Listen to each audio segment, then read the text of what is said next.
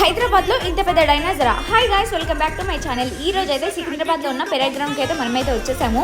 ఈడికి వచ్చిన తర్వాత నేనైతే మస్తు షాక్ అయినా. ఎందుకంటారా, ఏంది బ్రో ఇంతమంది క్లౌడ్? అసలుకి లాస్ట్ ఇయర్ నేను వచ్చినప్పుడు ఇంతమంది క్లౌడ్ అయితే అస్సలకి లేకుండే.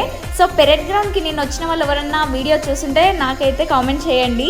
ఇక్కడికి వచ్చిన తర్వాత ఈ ఆంటీ అయితే నాకు చాలా ఫేవరెట్ అయిపోయింది. ఆమె క్యూట్ స్మైల్కి నేనైతే ఫిదా అనమాట.